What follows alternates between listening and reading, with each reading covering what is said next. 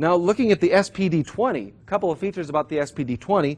There's 700 sounds built into the SPD-20. There's 8 velocity-sensitive pads that are on the front. It does have digital effects with reverb, delay, chorus, and flanging.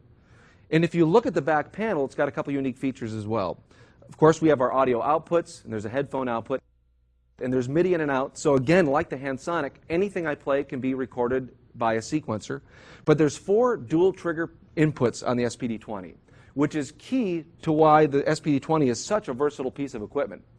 First of which, those 4 dual trigger inputs, I can connect pads and pedals, much like I've got here, creating a small electronic drum set. I've got a kick drum controller, a hi-hat controller, snare pad, and hi-hat pad, so I can play it like a small drum set. The other way you can use those 4 dual trigger inputs is to incorporate an SPD-20 with your acoustic drum set.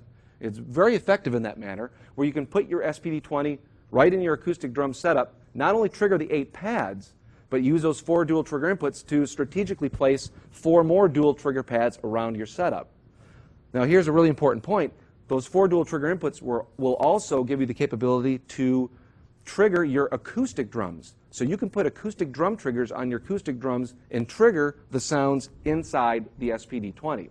And you can do a combination. A very popular one is using the 4 inputs, having 2 inputs to trigger kick and snare, and the other 2 dual trigger inputs to have 2 more pads placed around your drum setup. The SPD-20 is an extremely versatile piece, and it's great.